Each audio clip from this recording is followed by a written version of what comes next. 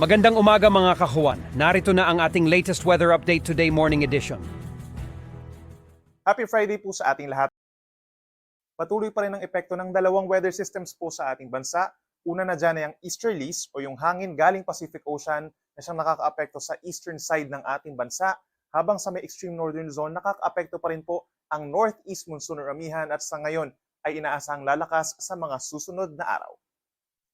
Base naman po sa ating latest satellite animation, wala naman tayong namamataan na low pressure area or bagyo na papasok sa ating PAR sa susunod po na 3 araw. Ngayong araw po asahan ang maulap na kalangitan at sasamahan ng mahihinang ulan ang probinsya ng Batanes and Cagayan. Dulot po yan ng northeast monsoon at aasahan yung pagbaba ng temperatura ngayong madaling araw.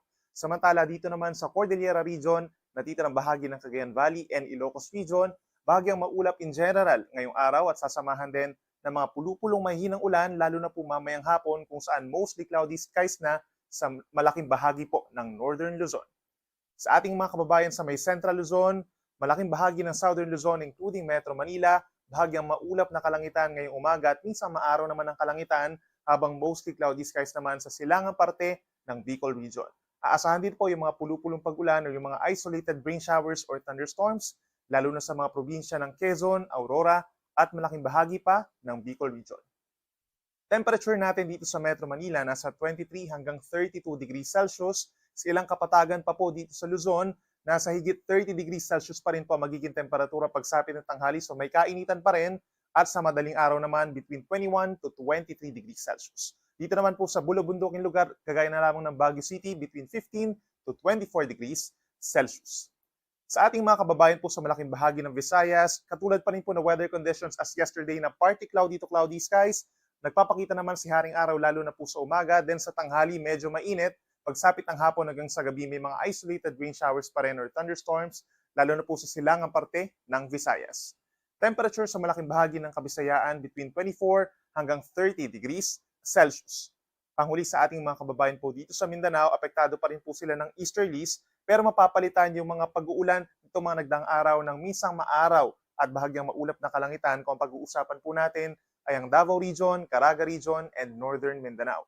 Habang may mga pag-ulan pa rin po as early as this morning sa bahagi po ng Zamboanga Peninsula and Bangsamoro Region, dulot po yan ng easterlies. Pagsapit ng tanghali, mababawasan yung mga pag-ulan dito sa western portion of Mindanao.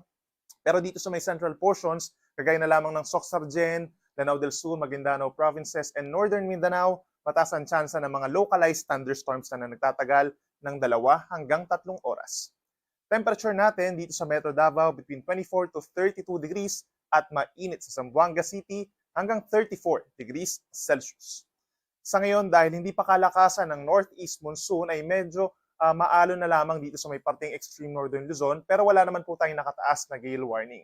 Pero inaasahan natin yung paglakas ng amihan sa mga susunod na araw, posible na ang maalon na karagatan dito sa malaking baybayin po ng northern Luzon at pagsapit po ng linggo hanggang sa kalagitnaan na ng susunod na linggo ay magiging maalon din sa natitirang baybayin pa po ng Luzon plus Visayas.